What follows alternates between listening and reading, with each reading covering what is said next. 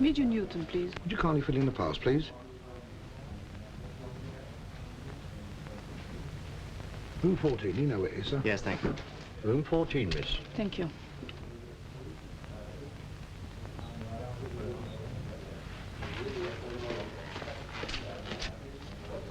Sorry. Are you going in here too? Yes. Come in. Good morning. Good morning. Morning, sir. Good morning. Why don't think you two have met? Captain Brown and Miss Williams. How do you do? Won't you sit down?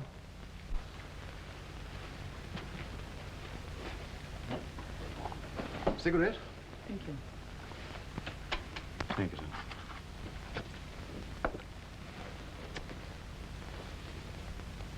Sorry. Well, I'm sure you're both wondering what all this is about. Did you get any clues at our previous interviews? No. Well, I made a guess. Seems to have been wrong. What was it? Some sort of commando work, but obviously if Miss Williams is involved. As a matter of fact, your guess wasn't so far out. Commando work isn't a bad way of describing it. I want you both to go to occupied France. France? How? By sea or air, only you won't be going in uniform. What do we do when we get there? Organize resistance, act as liaison officers with London. Would we be working together? I hope so. Miss Williams would be your wireless operator. Do you think we're the right people for the job? We're sure of it. All right, I'm on. Of course. Good. What do we do first, sir? Get fit. They had their own ideas about getting us fit. No smart drill movements, no parade ground stuff. They wanted us to look like ordinary, unhealthy civilians, and yet be able to take a commando battle course in our stride.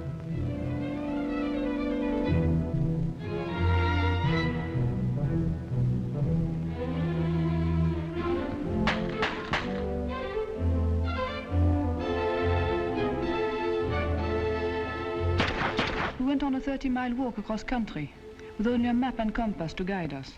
There was a theme song for our course. Je tire ma révérence.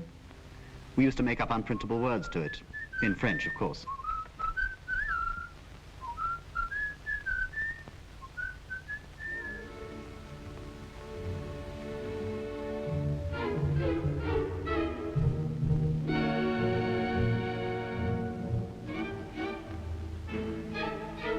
Then we joined the parachute school.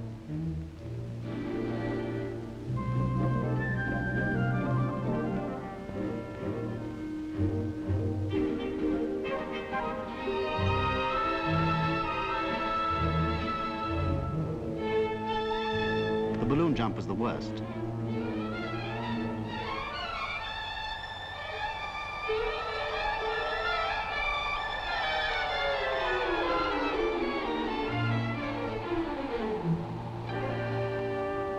Jumping from an aircraft was better. Somehow, the noise of the engines made me excited. Then we went to another school. This really was a school. I mean, we had lessons. The instructors were like smooth young university dons who'd taken a course under Pimpernel Smith or Raffles. They told us in the most gentlemanly manner how to organize our private lives as saboteurs, how to burgle a house, how to get out of handcuffs.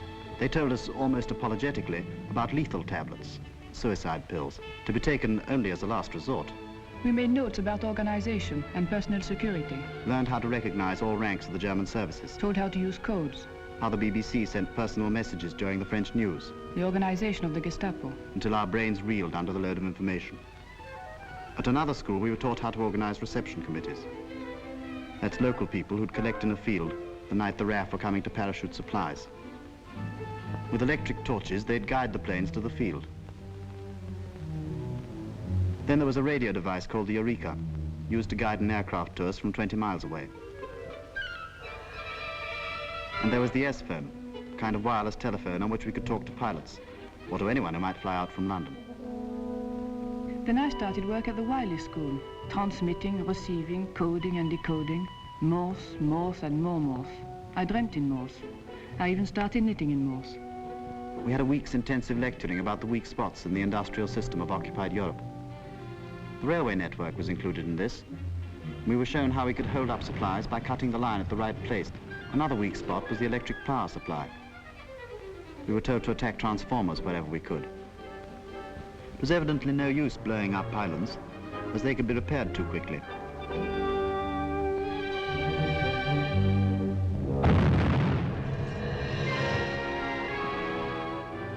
Railway engines have their weak spots too.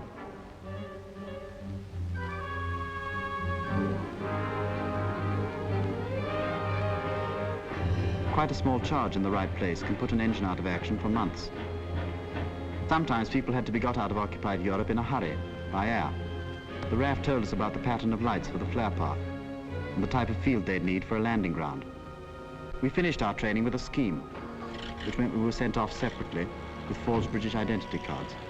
I was dropping my wireless set 10 miles from a town. Had to make my way in, get lodgings, and transmit messages at regular intervals. I was given the necessary papers to get a job in a large munitions works.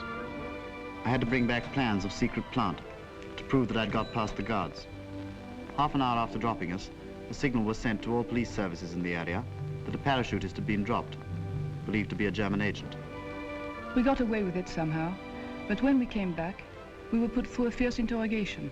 And although we didn't know it at the time, questions were being asked about us in London. The Gestapo have been having a roundup in France just lately. Our worst headaches in the Vendée, where Petronius and Camille were arrested last month. We must assume that the whole of the organization that they built up is blown and send out a new organizer and wireless operator as soon as possible to get that area going again. Have we anyone suitable to send out? There are two people nearly finished training, sir, a man and a woman. And Ted, you'll see if they can be ready in time for the coming moon period and get them out to the field. Now the organization's clothing section took us in hand. And without asking for coupons, tailors, dressmakers, shoemakers prepared clothes for us suitable for France. Clothes which wouldn't shout, made in England. The attention to detail was fantastic. Even laundry marks were removed from our underclothes. Backgrounds had to be worked out for our new French identities. My father was a bank manager in Paris. He died about 20 years ago. Then my mother brought me to London. I was about 8 years old. We can stick to part of that anyway. But let's say she took you to Quebec. It's a bit further away and will help to explain the accent. All round Bordeaux I know very well, and Paris, of course, and La Touraine. Well, let's say you were married to a wine merchant in Bordeaux who used to travel a great deal. They prepared complete sets of papers fitting in with our new identities.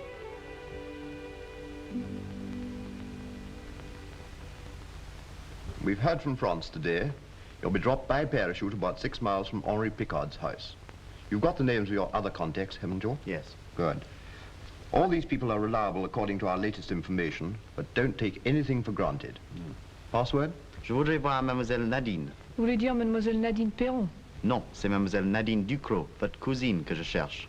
Your operational names will be Felix and Cat. When do we go, sir? It all depends on the weather. We'll lay on the operation for the next moon period, and you'll go down to the holding school near the airfield and wait there.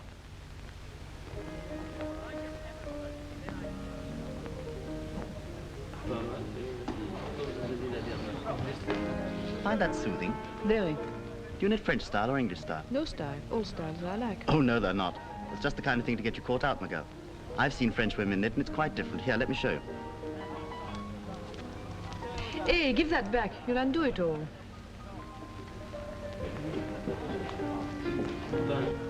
Cat, it's not scrubbed after all. We're on. We're definitely going. Yes, I know.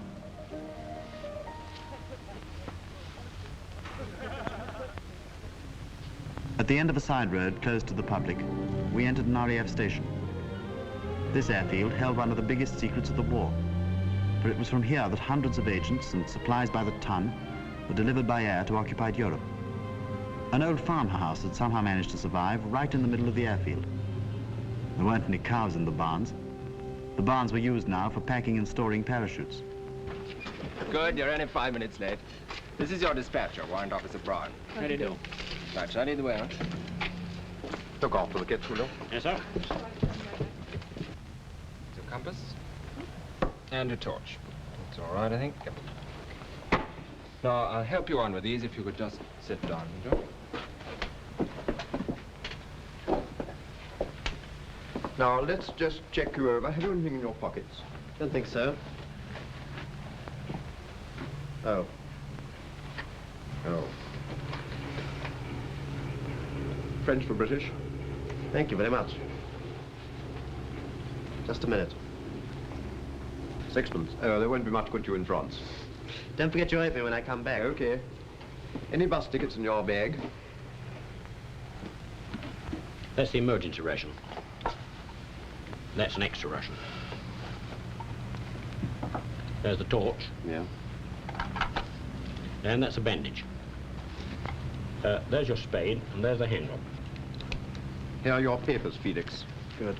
Identity card, ration card, demobilization. Thank you. Have you got your British card? Good. Microphotos of your targets.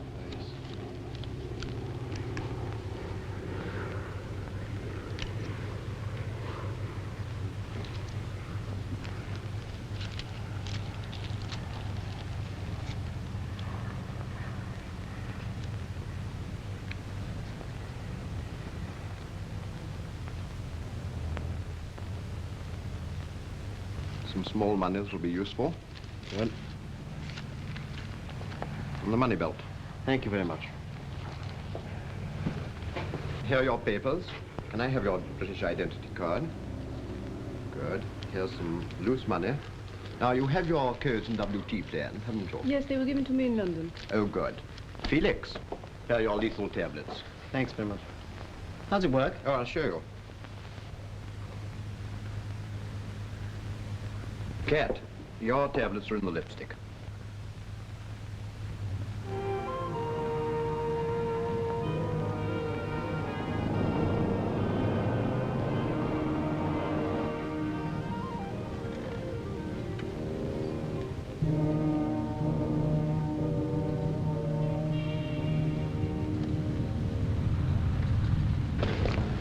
Good evening, sir. Good evening. This is your pilot, Wing Commander Chapman. This is Cat, sir. How do you do? And this is Felix. How do you do? How do you do? Well, we've got a good night for the trip, so you should have an easy job.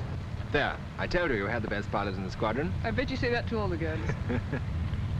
Goodbye. Best of luck. Goodbye. Goodbye. Goodbye, Sam. Thanks very much for everything.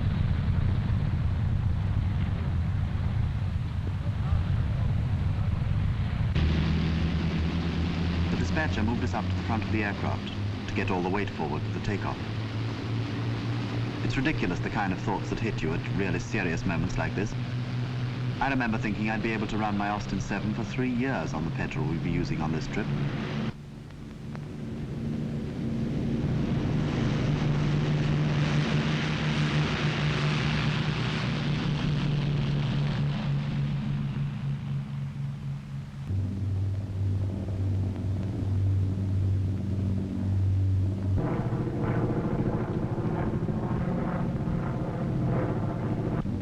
We couldn't see out because of the blackout curtains, so the dispatcher said we should try and get some sleep.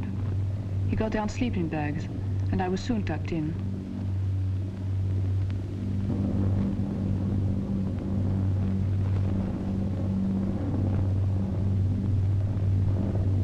I didn't really sleep, just dozed off.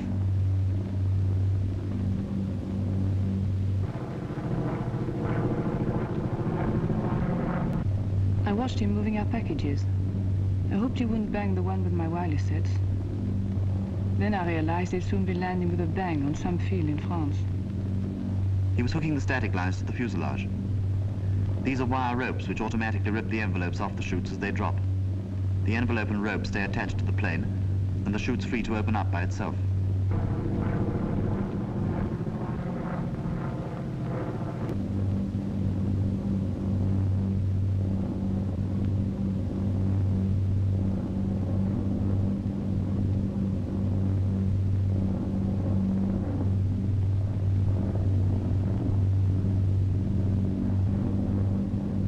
Sandwiches were all part of the RAF service.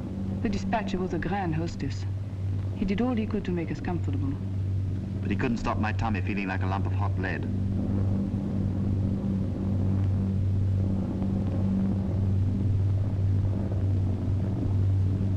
The moment came. We were approaching the target area. There'd been no flak. Actually, the thought of being attacked had never really occurred to me. I felt such a complete passenger. The dispatcher was the only member of the crew I saw, but I felt the others were taking good care nothing happened to us.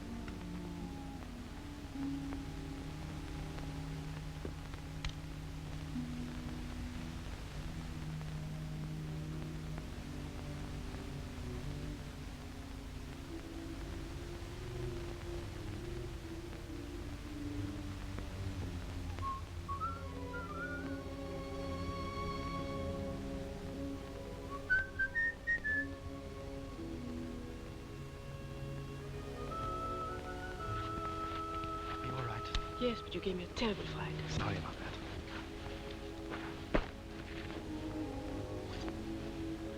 I'll get on burying this junk. I'll get my chute. Et puis demain, il voudrait aller dans la ville pour voir un type. Non, on m'a dit d'aller le voir. Vous pouvez me prêter un vélo. Qu'est-ce qu'il y a encore? Ah oui, des cartes d'identité. Vous pouvez nous faire des vraies cartes d'identité. Des faux vrais, quoi. Très bien. Et puis si vous pouvez trouver quelqu'un pour nous accompagner, parce que Kat a beaucoup de bagages, n'est-ce pas? Henri knew the region well, so I decided to fall in with any plans he'd made. He thought it best for us to make our headquarters in the big market town of the area. He'd even fixed up a room for me there. His nephew, Maurice, traveled with me to show me the way.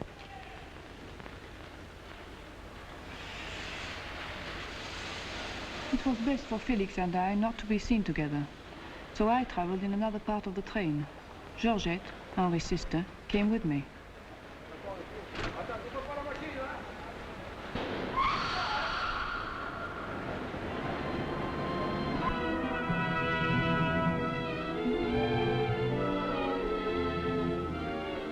Maurice and I got off at a small station just outside the town and set off to walk in. The last time I'd walked through a French town had been on my summer holiday in 1939. I was just thinking how completely unchanged everything was, how the cafes were just the same, children coming out of school in their ugly little black overalls, the priest on a bike. In fact, I was just thinking I'd really be able to spend a very pleasant holiday here, when I suddenly realized a German officer was crossing the street in front of me. That brought me back to reality with a jolt, and I was pleased when we turned into the little quiet square where Henri had got me a room.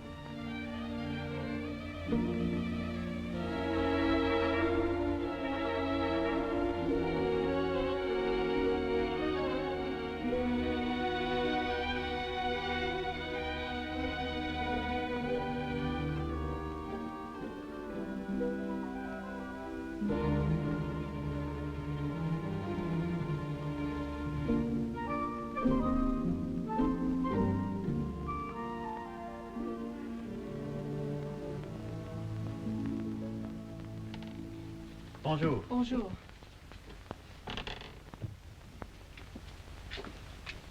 I'm glad you're here. Not as glad as I am. What happened? The police were searching luggage at the station. They made me open my suitcases. Gosh, what did you do? I tried sex appeal. Did it work? No, it was a complete flop. I had to open them. What about the WT set? I told them with a sweet smile it was an X-ray machine. Must have been a very sweet smile for them to swallow that. Where are the suitcases now? I left them in the cloakroom at the station. Georgette has gone back to Henri's. I fixed up a room for you the other side of the river. We shouldn't be too close together, and after the night, of course, we won't meet. My landlady's son passes your house on his way to work every day. He'll be able to take messages between us. When do I move in? This afternoon. It looked a comfortable, inconspicuous house. Of course, the landlady and her family were in the resistance movement too. It reminded me of a house near Paris, where I spent 2 happy years just before the war.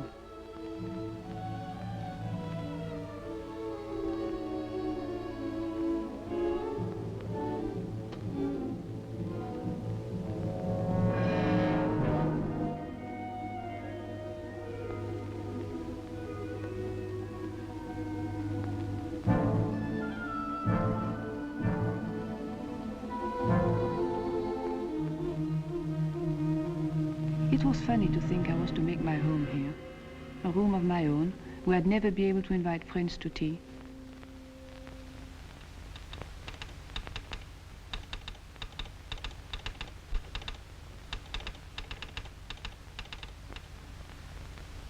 This is from Felix. Take this on, Sir Don. Your number 1 received. Glad safe arrival. Stop. Send map reference of ground where you can receive stores next moon.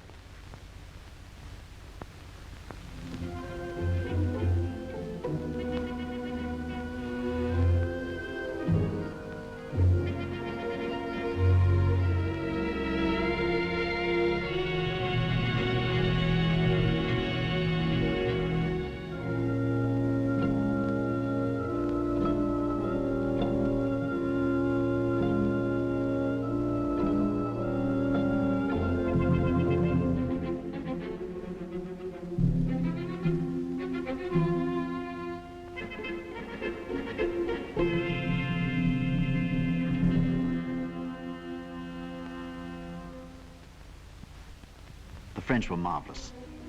I used to borrow everything from them. It was impossible to buy a bike, and before I managed to get one on the black market, I had to live on borrowed bikes. My plan was to organize 8 or 10 resistance groups within a radius of 25 miles of the town. I had to do everything by personal contact. It was amazing how one good contact, a farmer, a wine merchant, a priest, led invariably to another.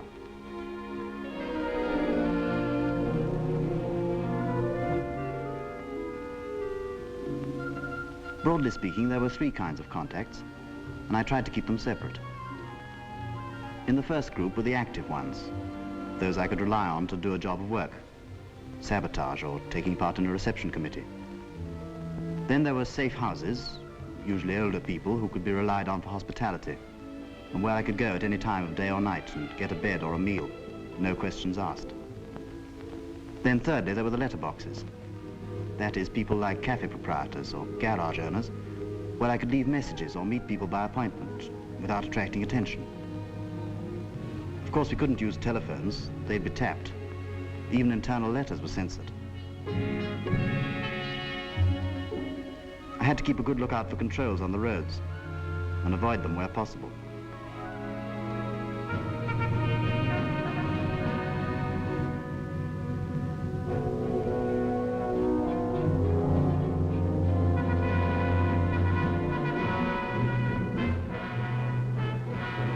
That's one reason why I went about on a bike. I could keep to side roads, and a car would have attracted far too much attention.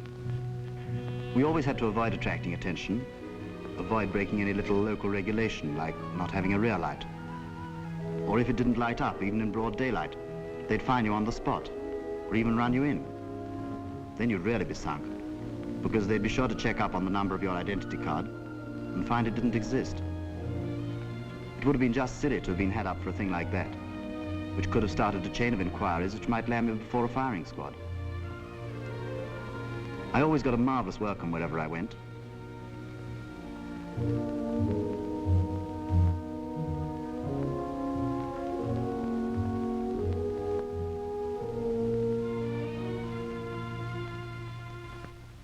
Si le terrain est accepté, nous envoyons un message pour le terrain à Londres.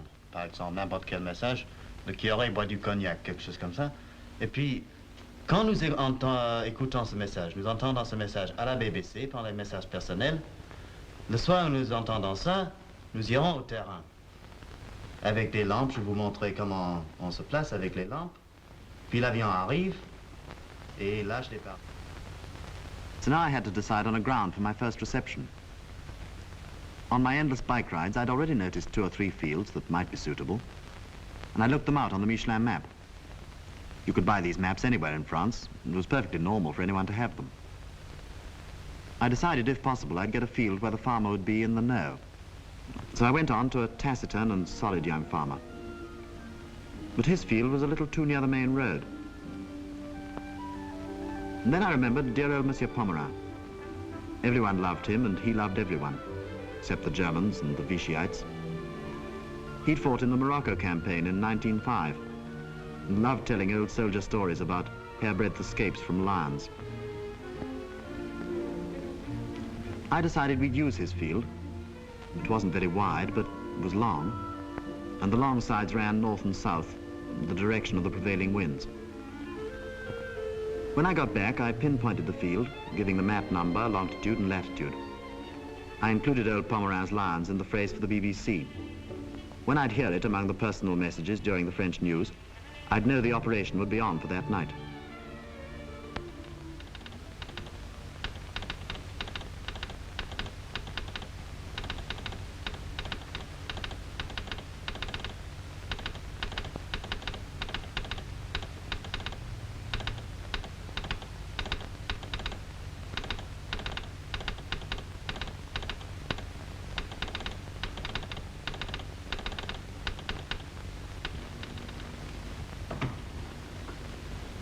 Here's Felix 1, John. 7 containers should be enough. Yes, no more. It's his first operation. Any special stores apart from Eureka and S-Phone? He has a large number of targets, so give him plenty of HE and make it a 1-star priority.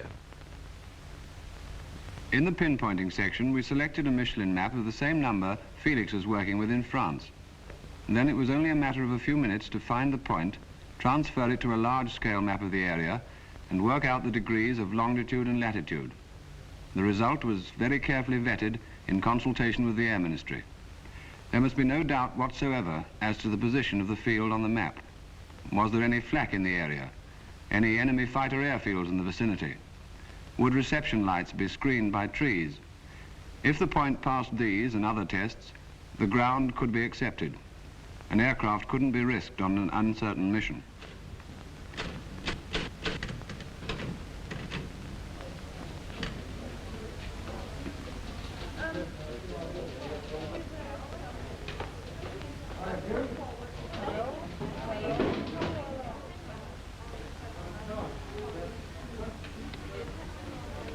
Harry, will the containers and packages for Felix 1 be ready tomorrow night? Felix 1? Yes, it's all tied up.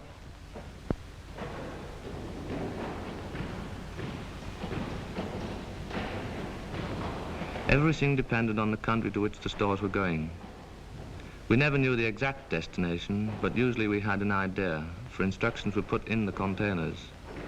These were printed in French or Norwegian, Dutch, Flemish, even German. We packed Brens, stems, plastic explosive, grenades, fuses, tire bursters, incendiaries, clams and limpets. These are boxes of explosive fitted with magnets which would stick to machines or sides of ships. Corned beef, tobacco, cigarettes and chocolate. Wireless sets, as you can imagine, wanted very careful packing, though they were specially made to survive rough handling. We tried to keep up with the growing demand for containers and have a stock of standard packings in hand, but we found it very difficult. Truckloads were rolling out to the airfields day and night.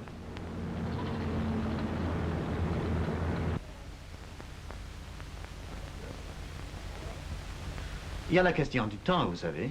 Oui, mais enfin, c'est très joli. Voilà 8 jours qu'on attend. Et rien n'arrive, rien ne se passe. Le temps est magnifique ici. Ici, oui, mais en Angleterre. Là-bas, c'est le pays des brumes, vous savez. Operations room? No, sir, nothing so far. Yes, we'll let you know as soon as we hear ourselves, sir. I wish to heaven the weather boys would make up their minds. So you should be all right in these areas here, sir. Norway and Denmark definitely out. Yes, sir. Cloud on the hills. We'll do all priority operations tonight in Holland, Belgium, central and southern France.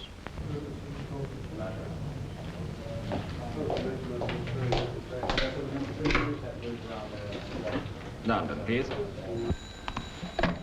Operations room? Oh, good. Just a minute. Opposite tonight's through. Remember. Liner 77. Ketch 16. B for beer. Felix 1. Pluto 2. Pluto 5.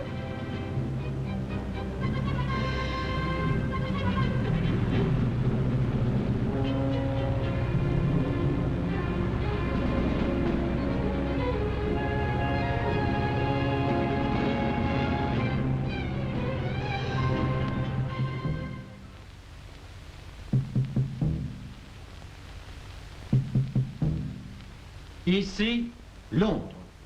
Voici notre 8e bulletin d'information au cours duquel vous entendrez quelques messages personnels. Message très important pour le chef de Gaël. Attention, il va pleuvoir bougrement ce soir. Hamilcar conduit une Ford. Les lions sont terribles. Enfin, ça y est. Ah, chic alors. Enfin, ça y est. Ah ben alors.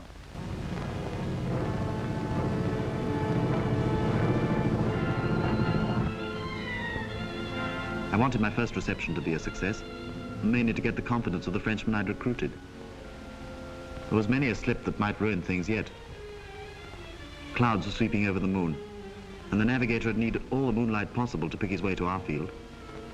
Our torches weren't up to much either. Just ordinary little pocket lamps with 4-volt batteries. I placed a few guards around the field. and I managed to get an old truck to take away the containers.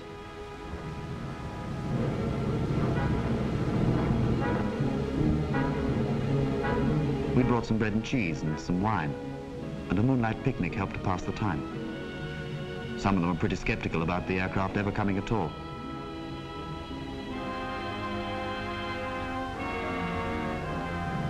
Then suddenly,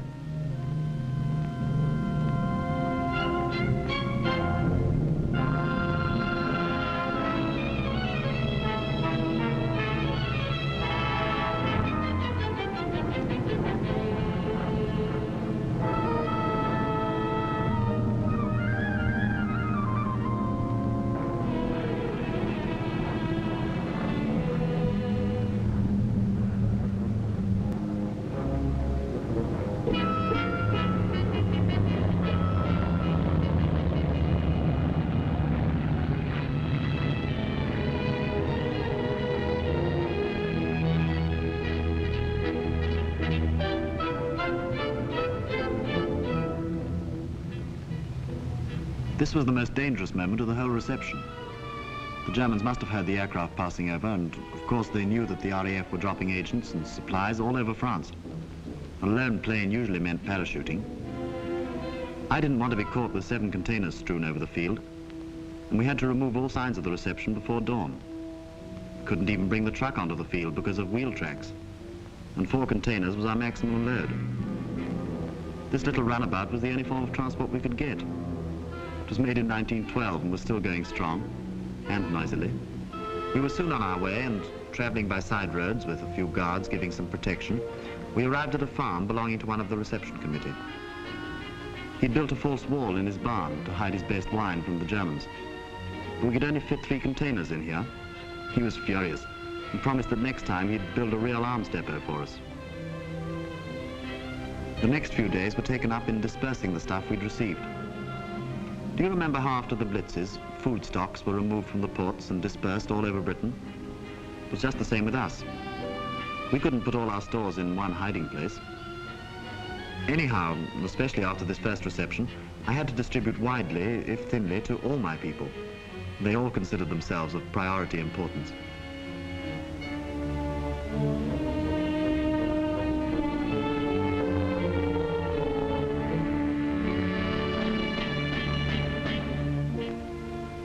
Sometimes I doled out the stuff to men who'd been at the reception committee, and sometimes I delivered it myself. As few people as possible knew the whereabouts of our hiding places. I had to take a Bren gun to a place about 30 miles away, and I got a forester to take me with a load of wood hiding it. We had a rather rickety old truck, a gasogen burning charcoal and wood chips instead of petrol. It took hours to get going in the morning and was thoroughly unreliable. But I couldn't refuse any form of transport on 4 wheels. A nasty moment came when we sighted a control at a crossroads.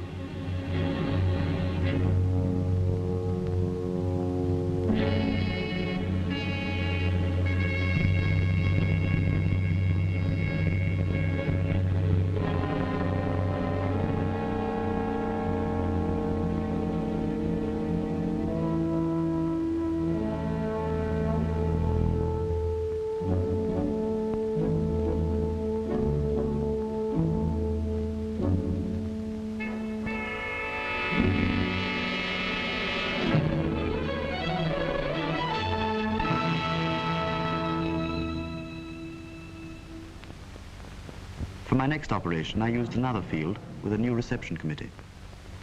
I tried the Eureka this time, and it worked very well. The aircraft, fitted with special apparatus, picked up our radar waves 10 minutes before we heard the engines. The navigator had to watch a green line that moved horizontally across a dial. This line showed him at once when he wandered off course. All he had to do was to keep it in the middle.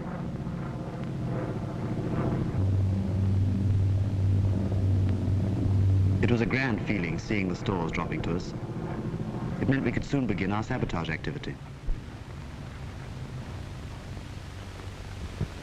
We knew the Germans had wireless direction finding stations in France. Once they realized an operator was working within a certain area, they sent out small listening vans. This meant the operator had to be continually on the move. Cat hadn't been working in the same room for very long, so perhaps we were a little too confident.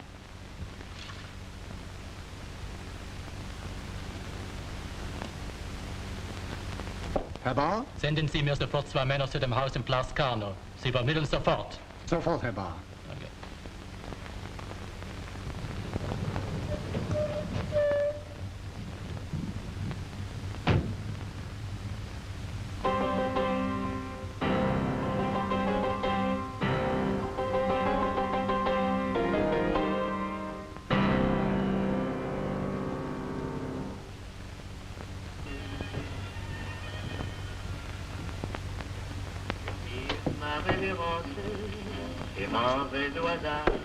Vos papiers, madame.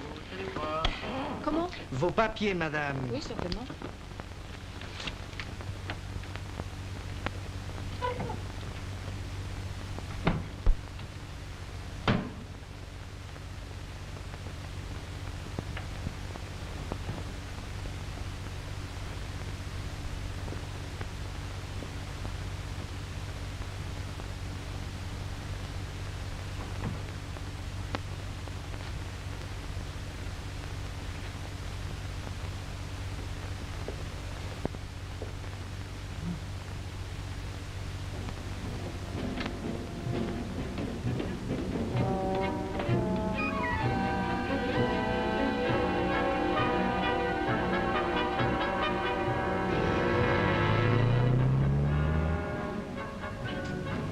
Luckily, I'd made an arrangement with the girl who lived in the house opposite to keep a sharp lookout when my curtains were drawn.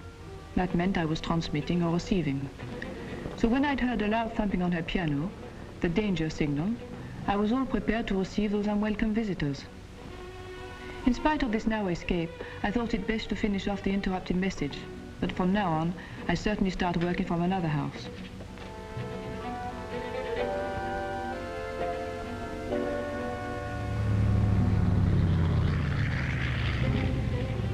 I had to train new reception committees, and as time went on, I was able to leave the organization of receptions to local groups.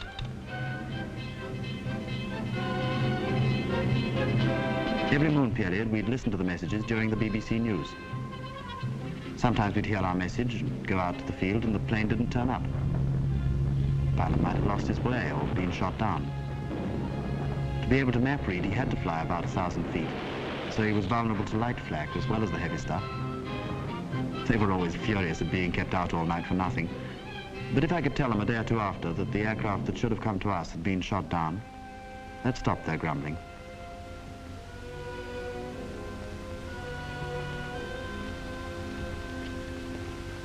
By now I was transmitting from 3 separate houses, using them alternately. The Gestapo kept records of all our messages, but these weren't of any use to them without our codes. Every operator had a separate code. That's one of the reasons they were so eager to get hold of us. Once they got one of us, they stopped at nothing in order to extract the code. If they succeeded, they'd be able to read all previous messages, and they'd start contacting London, trying to give the impression that the operator was still free. They might organize Gestapo reception committees and get the RAF to drop supplies, or even agents, right into their hands. Felix was planning an attack on a railway yard, and we were anxiously awaiting approval from London. At last, full approval arrived. I handed over the time fuses to the foreman of the engine sheds. Oui. Merci. C'est quoi en faire, n'est-ce pas? Tout. Au revoir, monsieur. Au plaisir. Au revoir, monsieur. I am the foreman in charge of the chantier. All we railway workers realized what our engines meant to the Germans. On many occasions, we tried to sabotage them. But it was not until Felix arrived that we discovered the best way. A small charge in the cylinders. The Germans never left us unguarded, but one can always smuggle things when you want to. I decided it would be best to put the charges in place just before we finished work for the day. The fuse will give us time to get out of the yard before the charges went off. So under the very noses of the Germans, we placed the charges in more than 30 engines. Then we left, just as usual. We waited in cafes and at our homes. We didn't have to wait a long time. Soon as we heard,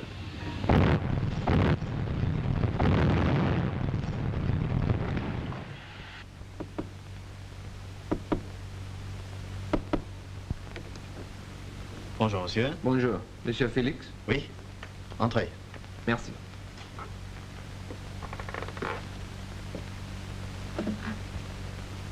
Qu'est-ce que vous voulez? Je voudrais voir Mademoiselle Nadine. Vous voulez dire Mademoiselle Nadine Perron? Non, c'est Mademoiselle Nadine Ducrot, votre cousine que je cherche. Where have you sprung from? London told me to contact you. Have a drink. Thank you. You haven't got any whiskey, have you? You're an optimist. Whatever you have got, then. It's even getting pretty scarce back home now, so they tell me. Though I used to know a pub in Tottenham Court Road, where they had a very good supply. Suppose that's been blitzed by now. Yes, the pub in Tottenham Court Road. All the best. Well, what can I do for you? Can you get a man out of France for me? Through Spain or Switzerland? I'm afraid that's no good. He's been wounded in the leg. Lysander pickup is the only way. Why do you come to me? Evidently you've got the latest dope. It's not too easy. There aren't many fields around here big enough for an aircraft to land in. Well, will you try? I'll do my best.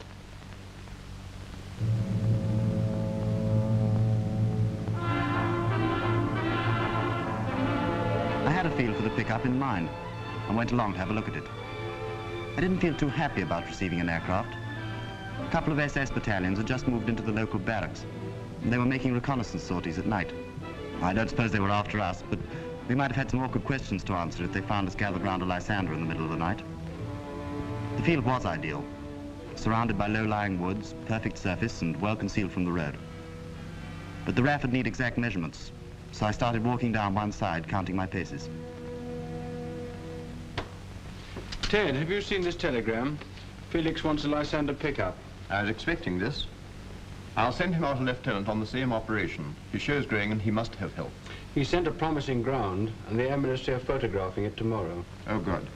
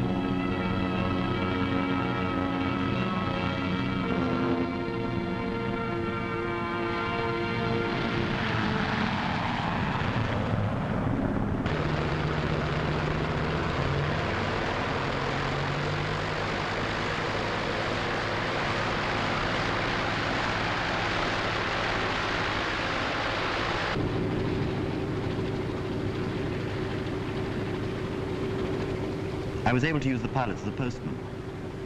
I sent London details of a local factory where parts of a new secret weapon were being stored.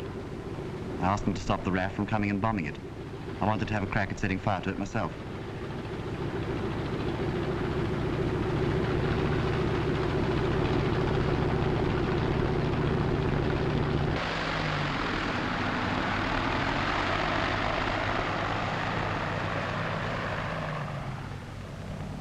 Both Gustave and Léon were good types. It was always a risk when people came out from London. You never knew what you might get. But I'd met them both during training and felt sure we'd work well together. They were so obviously pleased to find themselves in the field. Gustave's French wasn't too hot, but it would deceive the Germans. Léon had a perfect accent. He'd lived for years in Paris and had passed as a native with anyone.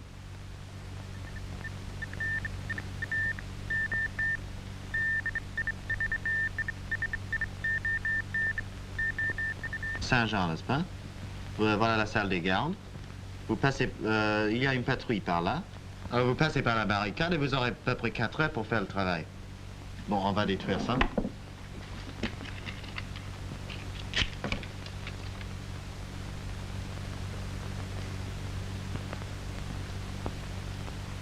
S'il y a un gardien de nuit, ce sera un Français.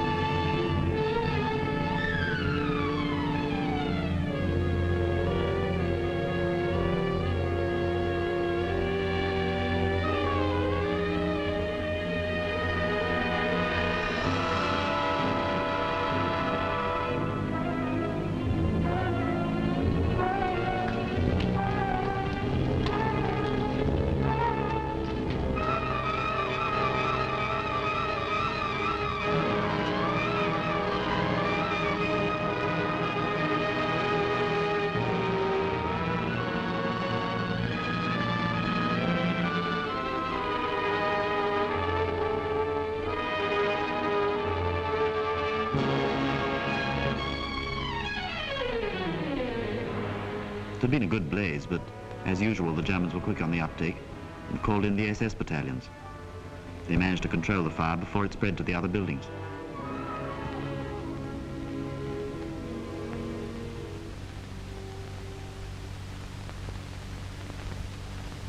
It's a pity they put out that blasted fire. Cigarette? Thanks. There's nothing like enough damage. We'll have to get the RAF to bomb it.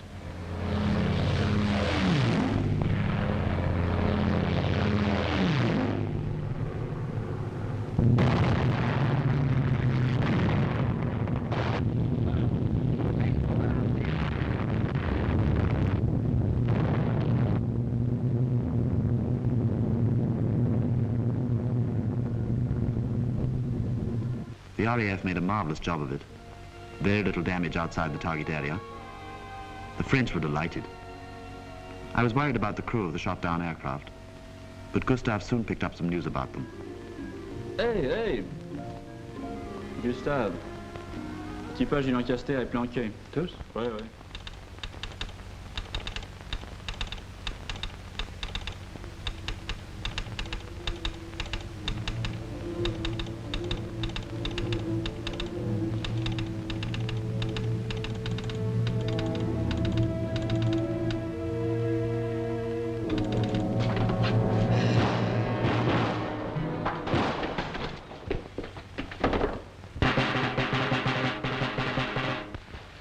Avis à la population, parole des autorités allemandes, le couvre-feu est à 7 heures ce soir. Ah, ben il y a 7 heures. Par exemple. Marie, t'as entendu le tambour 7 heures, ils y vont un peu fort. Avis à la population, parole des autorités allemandes, le couvre-feu est à 7 heures ce soir. 7 heures, ils exagèrent quand même. Oh, les salauds. The Germans made out they'd put on the curfew to punish the population for the sabotage activities in the area. But we suspected another reason. You see, the Gestapo had worked for months collecting information about suspects. Then suddenly one night they'd swoop.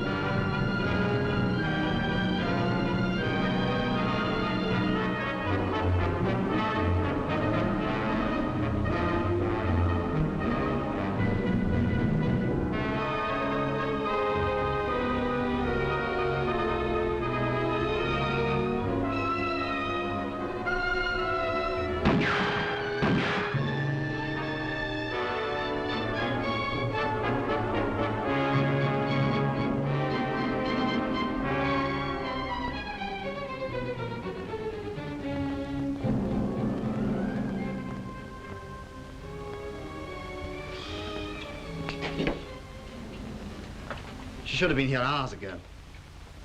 Damn it, she knows where to come.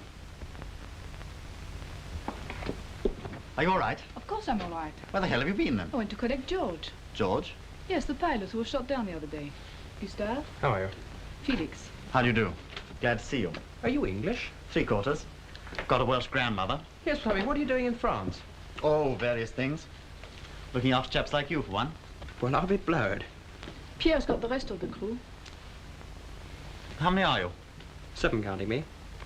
It's too many for us to keep for long. Cat, can you get a message through to London? How? The Gestapo have got my sets, and Leon is finished. Damn. We've still got the old S-phone hidden away. If only we could get someone to come over from London and have an S-phone conversation, we could explain our whole situation and get instructions. We'll have to get a message to London through our neighbours' organisation. Is that wise? There's no alternative. We've got to get these chaps off our hands as soon as possible. It suits me, but how would you do it?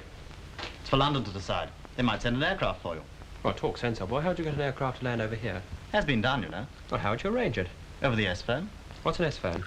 You ask too many questions. Fair enough. Gustave, would you go over to La Roche? You can take the night train. Go to 27 Rue Lafayette. I'm a bit worried about Felix, sir. We hadn't heard from him for several days, and then this morning there's a message in asking for an S-phone conversation. Any clue? The whole of that area is a bit hot just now, sir. Of course, he's done a lot to draw attention to himself lately. That powerhouse at Thierry alone was a big job. That area is absolutely vital. Felix wouldn't ask for an S-phone conversation if it wasn't essential, sir. John, any difficulties on the air side? No, that can be fixed. All right. Get it laid on us from tomorrow night, Ted, and go yourself.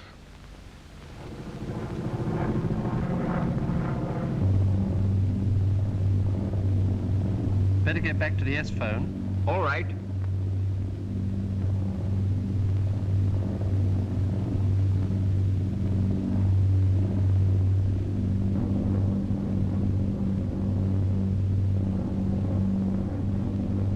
There they are. Awful lights. So would you have if the Gestapo were only a mile away? Felix. We had to move the dropping ground. Got too hot for us. Go ahead, Felix. What's on your mind? We're in quite a spot. Leon's been killed. Cat Gustav and I lying low. I see.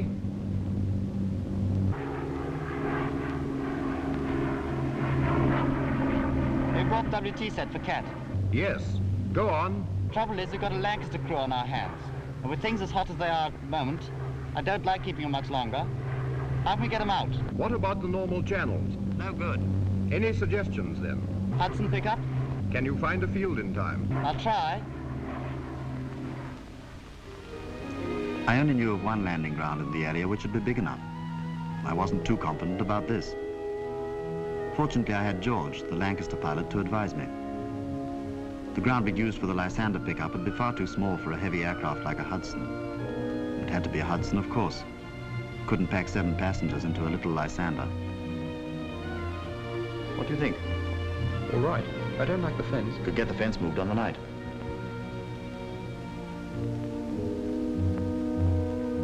$500 exactly.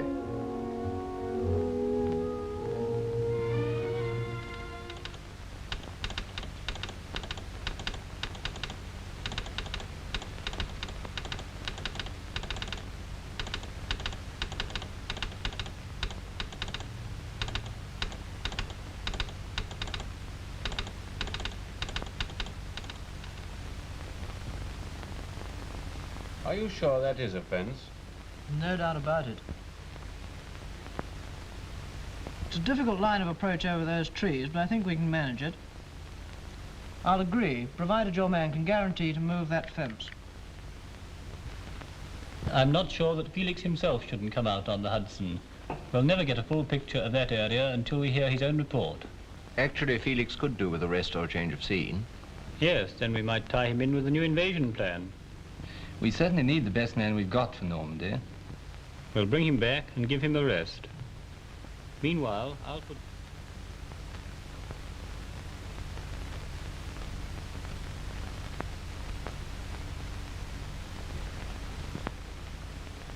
Cliquot 28. That's almost too good. Couldn't you get an on vintage? Don't be mean, Felix. And Chanel number 5. He's doing well for himself. Who are they for? Present for the Hudson pilot. What do you want me to bring you back from London? Oh, bring me some more wool. I can't get the right color here. Had to give me a sample then. I'm going to look damn silly going into Swan & Edgar's tomorrow asking for knitting wool. Don't worry. If it rains, you won't be anywhere near Swan & Edgar's tomorrow. Blast the weather. It's clearing a bit. Don't like it, though. Nor do I. If we could get some wind, the field could be as dry as a bone by landing time. Yes, and if we have more rain, it could be as wet as a bog. Take your choice. Perhaps I won't have any choice. Perhaps London will cancel it from their end. Hello. Here comes George. Hello. Hello. Any news? They've got my navigator. Picked him up on the street this morning. Damn. The field must be pretty mucky. Yes, we've got to risk it, though. It's only a matter of hours before the Gestapo get the others. Isn't it time for the messages? Yes. Bet you they cancel it. 50 francs? Done. Veuillez écouter maintenant des messages personnels. Le renard aime les raisins. Vive les sapeurs-pompiers. Rose 36. That's that. Thanks. There's nothing else for it. We'll have to risk it. I agree. I'll go and warn the others.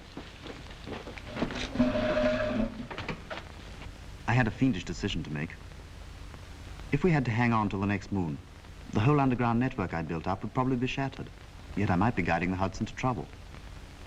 If the plane got damaged, we could set fire to it, the crew would become prisoners, and we'd have to try and shoot our way out. From the point of view of the war effort, the possible loss of a Hudson was surely less important than the almost certain breakup of the organization in this area. I decided to let the Hudson come.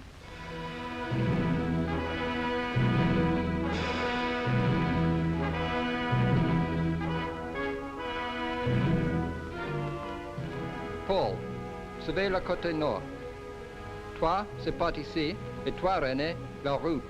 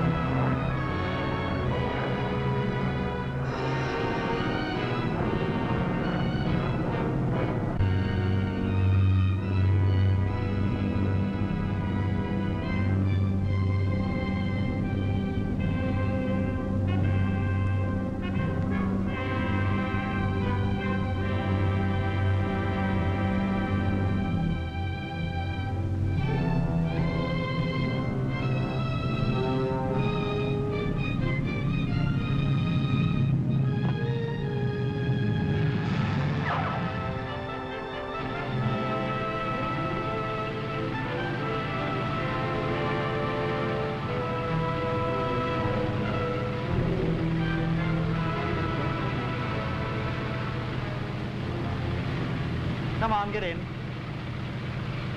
Take care of yourself. Goodbye, George. Goodbye. Goodbye. Goodbye. Felix. Goodbye, Good luck. Gustav. Good luck. Come on.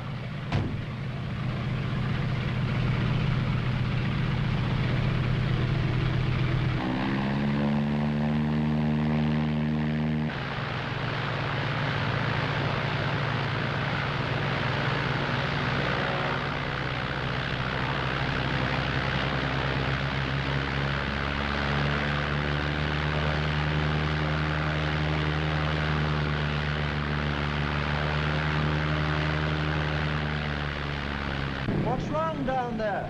I'll have a look.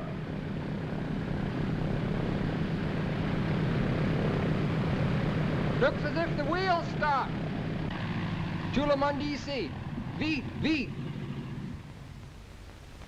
You two push on the wheel. Okay. George, get your crew out. Right. Par ici. Out, chaps. Stand by. Attention. Attention. 1, 2, 3. Poussez. 1, 2, 3. Poussez. 1, 2, 3.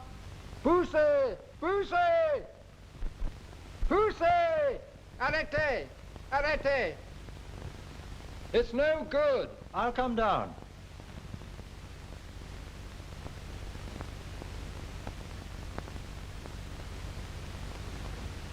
She won't budge. We can't manage it ourselves. He wants more men. Try call out the village. Hell of a risk. How many do you want? Get as many as you can. Yes, go on. Okay.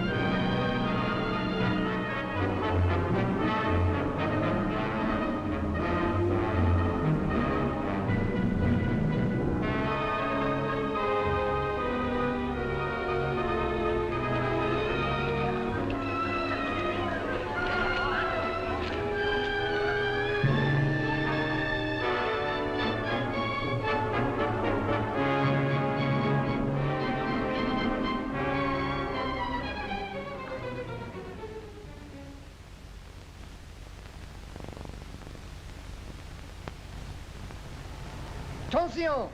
Attention! Silence! Silence!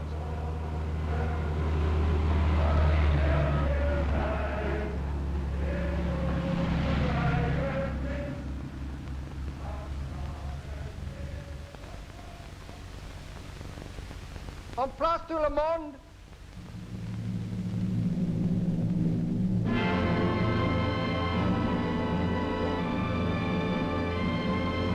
Un, deux, trois, poussez! Poussez! Un dernier effort, c'est presque fini! Poussez! Poussez! Bravo! Il bouge!